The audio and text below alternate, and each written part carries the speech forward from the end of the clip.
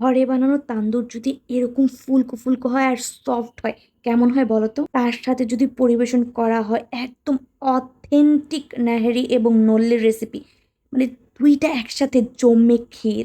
আসসালামু আলাইকুম। এই অল্প উপকরণ দিয়ে একদম অথেন্টিক পাকিস্তানি স্টাইলে এই নেহেরির রেসিপিটা তোমরা করতে পারো।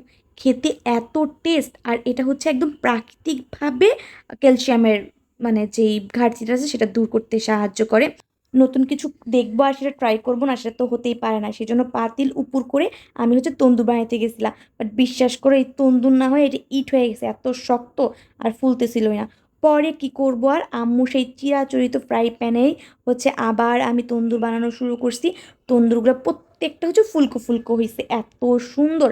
আসলে তন্দুরের জন্য ফ্রাই প্যানটা হচ্ছে মাস্ট লাগবে, নয়তো তন্দুর কখনোই সফট আর ফুলকো ফুলকো হবে না।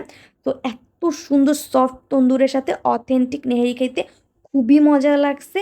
তোমরা এবার কোরবানিতে কে কে এটা খাইছো অবশ্যই কমেন্ট করে আমাকে জানাবা। আজকের মতো আল্লাহ হাফেজ।